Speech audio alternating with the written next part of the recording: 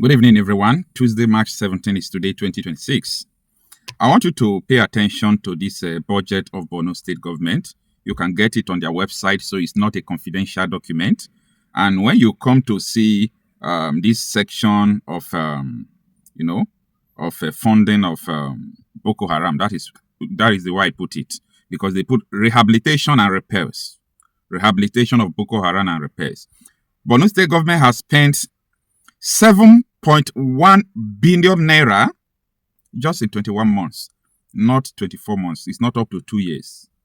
A year and some months, okay?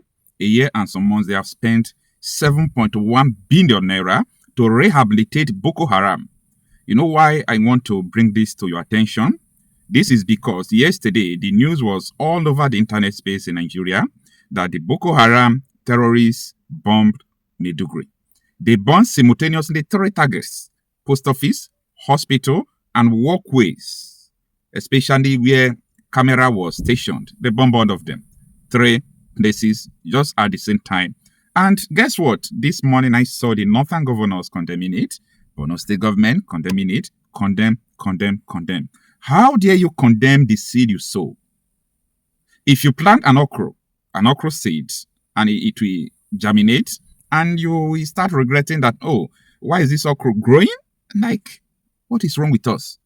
These people are sponsoring terrorism.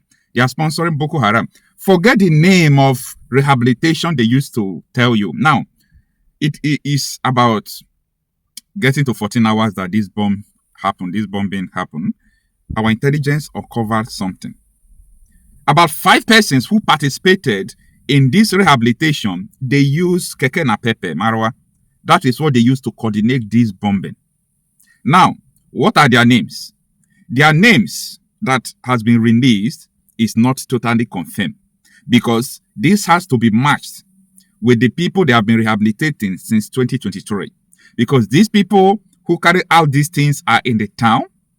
People know them, but people cannot talk. The security operatives know these people they rehabilitate. So this is not just a terrorism act. They feel that they are fighting for a just cause. I told you people that the last 2 governors of Borno State, Ademodo Sheriff and Kashin Shetima, these people were Boko Haram sympathizers. Now, let me shock you. It is no longer news that Ademodo Sheriff appointed these people as a commissioner in Borno State.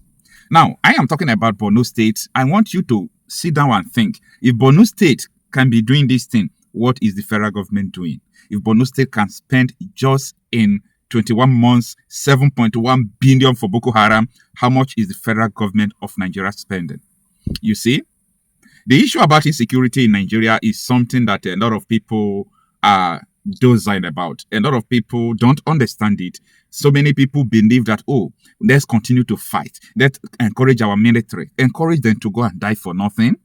As far as I am concerned, listen to me. Boko Haram, ISWAP, Mahmuda, these are tools in the hands of politicians. So, the military is under the politicians.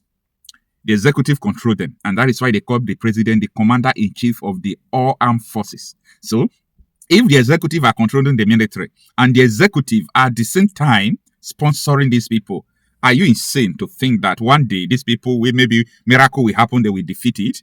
Come on, let us stop beating around the bush. There are some people who have the interest to Islamize Nigeria. They are sponsoring these insurgents. It's not just about business, okay? It's not just about gold mining, because they have branches of this terrorism. In fact, they are NTA, Nigeria Terrorist Association. Remember the letter they wrote to people of Kwara State. They said they are Nigeria Terrorist Association. In this association, they have departments, agencies, the people who carried out, mining and protect Chinese people who are doing mining, all those things. These are Fulani militia people. You see, the Al-Qaeda people, they got some trainings in Sudan. They got some trainings in Yemen. They got some trainings in, in Libya. By the way, DSS just told court yesterday that the present Al-Qaeda in Nigeria now that they got their training in Libya. So everything I'm saying here is just verifiable. Now, when you come to look at the insecurity departments. They are departments. All these terrorists are departments. Mahmuda and Akurawa, this and that. They are just departments functioning differently, but just on one purpose, to Islamize this country. Now, you know why I bring out this issue of funding of Boko Haram? Hey, I repeat, funding of Boko Haram. There is nothing like rehabilitation of terrorists. They wipe out 100 soldiers just in 1 week. You are rehabilitating them. And the families of these soldiers that have been wiped out by these terrorists, the federal government doesn't listen to them. Like, if you people are carrying out all this agenda, try to hide it a little. It's too obvious. And the National Security Advisor is there calling them his brothers. Gumi is saying the Boko Haram is a blessing to northern Muslims. How does bombing of hospital, bombing of post office become blessing to you, Shegumi? Do I blame these people? And they too. Yeah. It is Nigerians who refuse to understand that we were supposed to be, let me use the word, brothers beyond border. There is nothing in common with this Boko Haram ideology and myself. We ought not to be in one country. So when this alarm was going on, everything was blowing up, people are saying, hey, Boko Haram is bad. Boko Haram is wicked. Shh. How is Boko Haram bad when people in government are sponsoring it? These people you are calling your leaders, you are about to die for them. You are forming city boy movement for them. They are sponsoring terrorism. Listen to me. I am not saying an edge. There is nothing like an edge here. We have substantial evidence everywhere that are linked to politicians sponsoring insecurity in Nigeria. Where are you going to start from? Where? Now, you see, there is something that happened. Sorry to digress. There is something that happened in Benue State yesterday. Ezekiel Dachomo and that missionary or American humanitarian, depending on the name you call him. So they were going for a burial where Fulani militia killed 11 people. Oh, is it 21? Maybe I'm wrong in the number. I think it's 21 or 11, something like that. So the local government chairman now went there and abducted the mortuary attendants because they don't want the world to see people that they are burying. Now, let me shock you. This is the same state where Reverend Fada, the man that lied that there is nothing like Christian genocide in Benue State, after coming out, writing the names of senators who are killing the Benue people, who are buying guns for the terrorists in Benue. Unfortunately for him, he was able to come to Channels Television, go to AIT, go to TVC to tell the whole world that senators of the Federal Republic of Nigeria, led by Godswill Akpabio, are the ones sponsoring the killing in Benue State. You can go and check the videos on Channels Television. He said that a sitting governor. Then, after saying that, what happened? They started pressing him. You know, he started changing his mouth. So when you see some things going on in Nigeria, someone will come out to say something today. Tomorrow, the same person will change his mouth. The person is induced, under influence of something. You may term it as duress. As big as a governor is, he might be under duress to say what he said, that there is no Christian genocide. They have threatened him that, listen, you've got to lose that seat. But this is where it gets messy. If a so-called Reverend Father does not have the character of a Reverend Father, just come out and tell the world the problem in Benue State. And after 2 weeks, he changed his mouth. He made a U-turn because they threatened him that he's not going to go back to the second term. That shows you that these people doesn't care for the people. They don't care about you. Anything they are doing, anything they are saying, they don't just care about you. They care about their money. What are they going to get? How will they amass wealth for their future generation?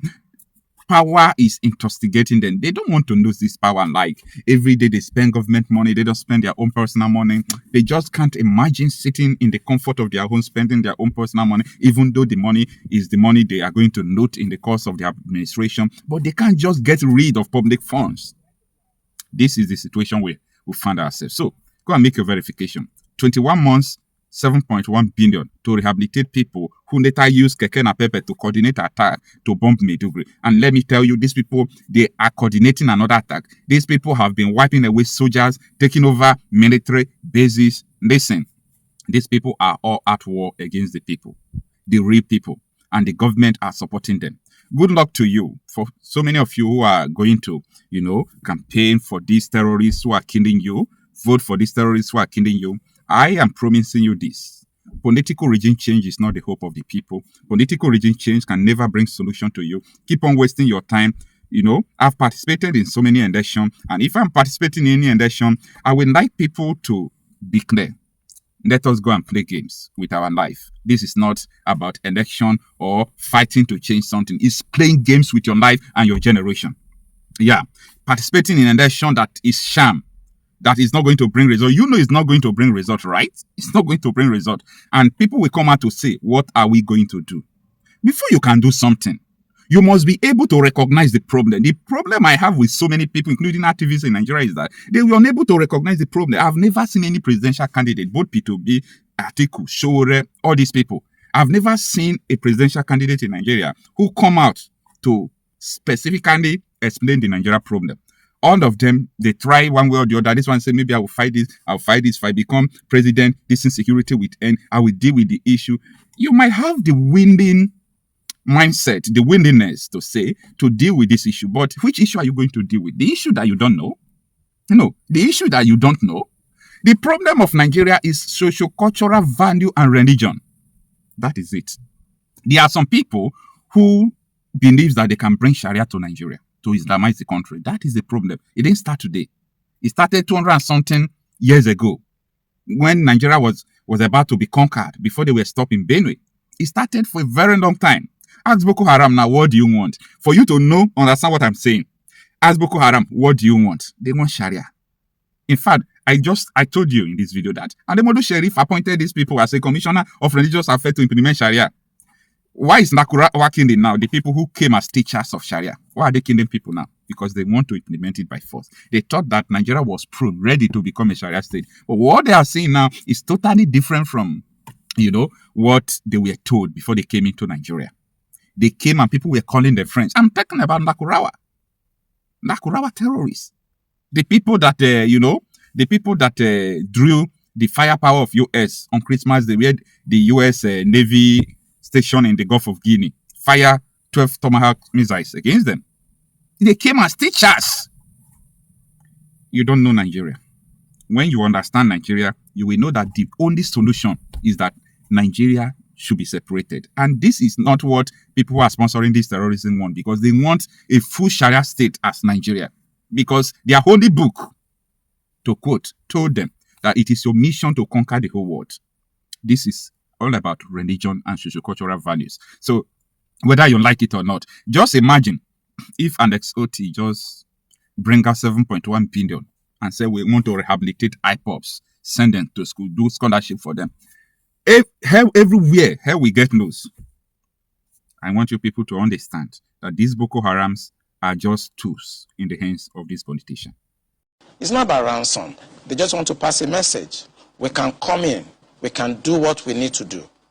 And there are some hardliners in this government that are sponsoring this kind of narratives. They just want to show that they can Islamize this country. They think about Taliban. They think about the Mujahideens, and they want to replicate it in this country. And they don't care what happened. They simply don't care. As long as at the end of the day, there's Sharia, and there is whatever thing they have in their head, they want to achieve. So these people that are sending messages are sponsored by Nigerians. You remember this Boko Haram issue started since 2012. Yeah. And I was in the military intelligence that time. We arrested those people. It is my organization that actually conducts interrogation and interview. They mention names. I can't come on air and start mentioning names of people that are presently in government now that I know. Presently in government. That the boys that we arrested mentioned. Some of them are governors now. Some of them are in the Senate. Some of them are in Asu Rock. The intention is to Islamize Nigeria and practice Sharia. And it doesn't matter if some people die. It doesn't matter if you're embarrassed. It doesn't matter if our economy has degenerated. Look at the interest rate. Look at the inflation rate. Look at the debt profile of Nigeria. They don't care. As long as at the end, Quran is at the sea. So some people in this country have this mindset. And we must tell the truth. If you tell the truth, you die. If you don't tell it, you die.